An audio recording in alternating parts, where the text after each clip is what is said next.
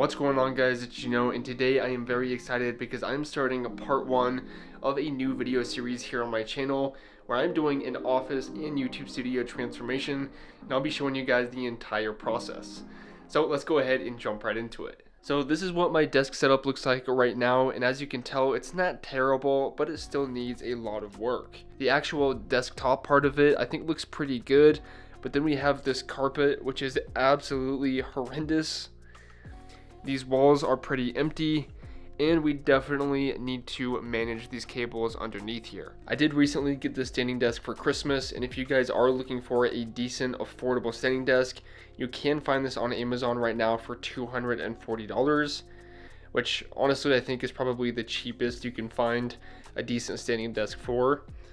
But it is called Flexi Spot. They have a bunch of different color options as well. It definitely doesn't have anything fancy, but there is a little control panel right here, so we can move it up or even down. And the actual build itself was pretty easy.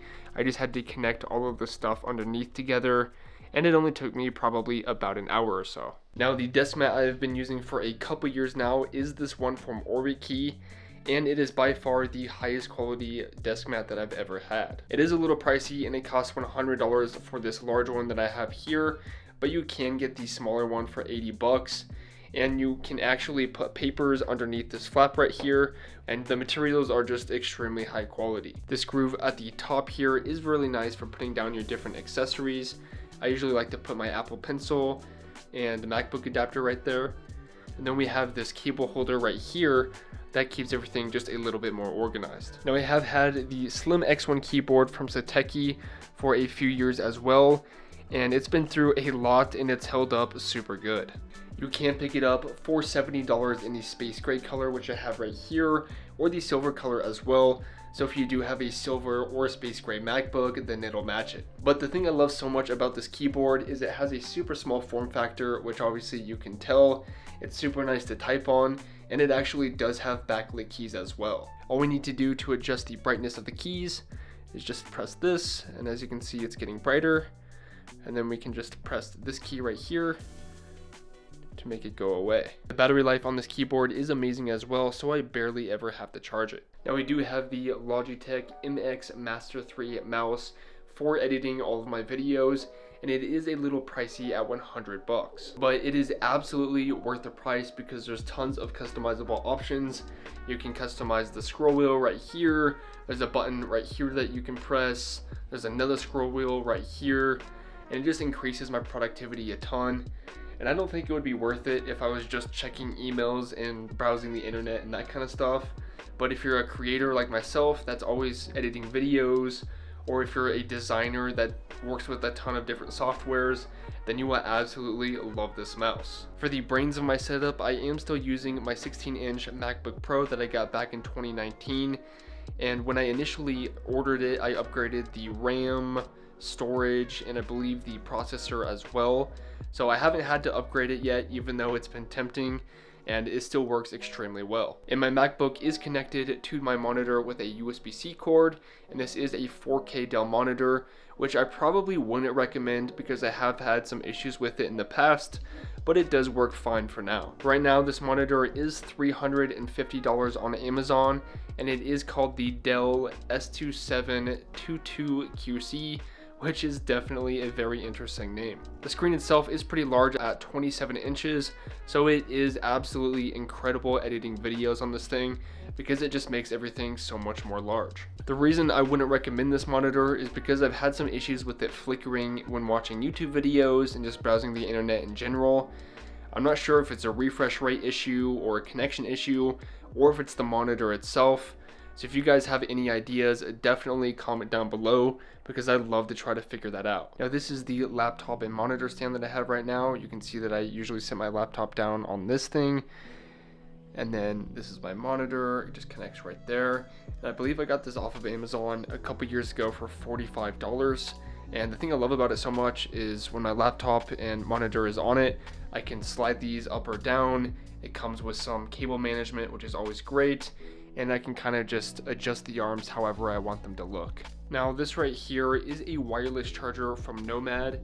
This thing is absolutely incredible because it can charge my Apple Watch, my AirPods, and there's actually a charger back here that will charge my AirPods as well, and then I can charge my phone right here.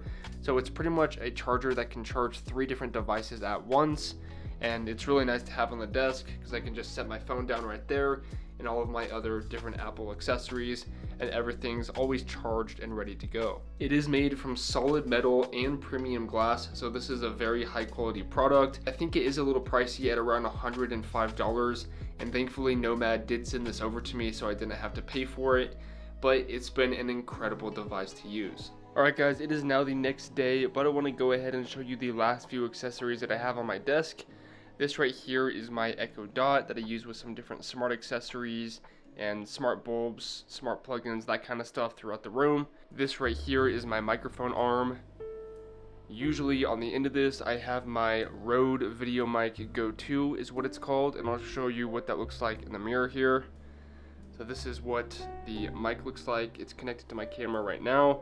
I think it sounds really good and it's super compact. By the way, check out these shoes. I thought these were sweet. But anyways, usually I have my microphone set up right here. I typically have my camera set up right here with these 2 lights on, and then you guys see this background in the majority of my videos. Talking more about my YouTube setup, I initially got both of these lights a couple years ago for $200, but they are now on sale for $165. The thing I love so much about these is if I turn this around, you can see on the back here that there's these 2 different knobs. One is for yellow light and then the other is for a white light. And do keep in mind that the light is really strong, so you'll definitely want to get some soft boxes to go on top.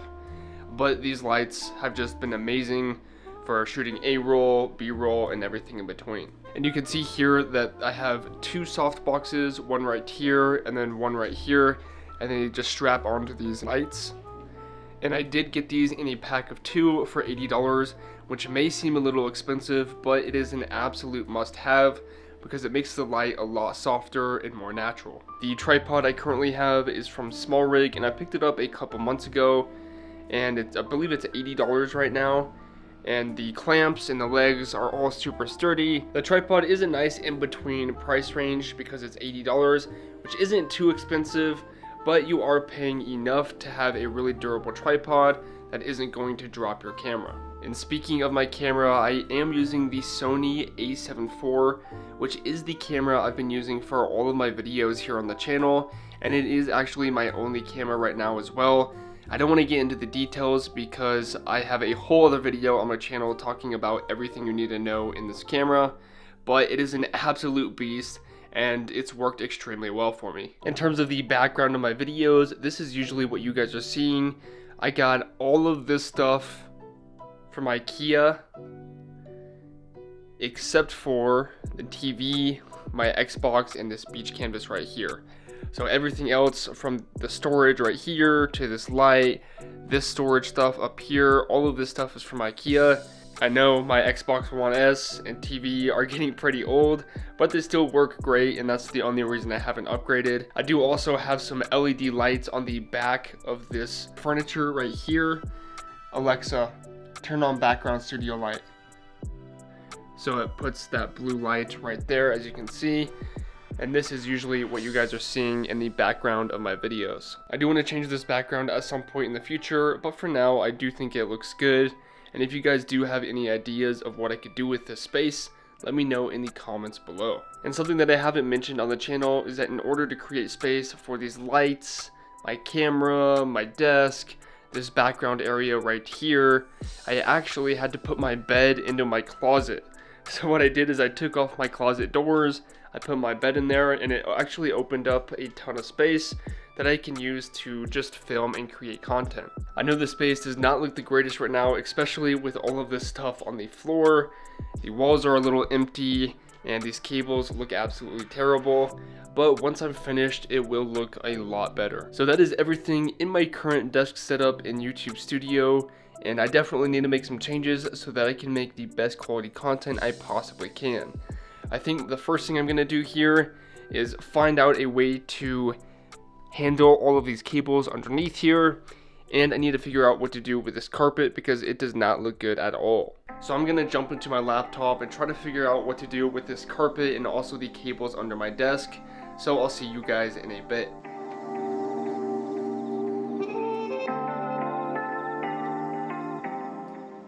Alright guys, it is now a couple days later, and after doing a bunch of research online, I finally figured out that the best thing to do and the most affordable thing to do for this carpet area was to just get a square rug that would cover pretty much all of the space that you see right here. And then for the cables underneath my desk, I just got a little desk tray that's going to go ahead and clip underneath the desk, and I'm going to set that stuff up and I'll show you how it looks afterwards.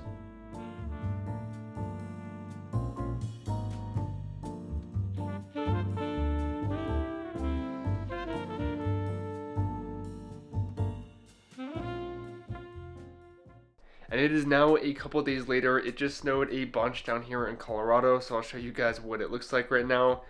But I did set up the new rug and the cable management tray as well, and it looks a lot better, so I'm excited to show you guys.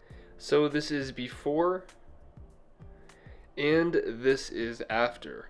As you can tell, this rug looks a lot better than the old carpet, and the desk management tray hides a lot of these cables underneath here, and we only have the power cord that's visible, and I think it's looking really good so far. Let me know what you guys think about the progress so far in the comments down below this video, and if you have any ideas at all, go ahead and throw them down there in the comments as well, because I'm always open to try new things with my desk setup to see what I can make look the best. Now the plan is to try to figure out what to do with these two walls here because they're a little blank, and I want to figure out what to do storage wise with the stuff on the ground. But I will be doing all of that in part 2 of the video series, so if you guys do want to see the progress in the future, make sure to subscribe to the channel. If you guys do want to check out any of the products I mentioned in this video, I will link everything down in the description below for the most updated price. And with all of that being said, thanks so much for watching guys, and I will see you in the next one. Peace!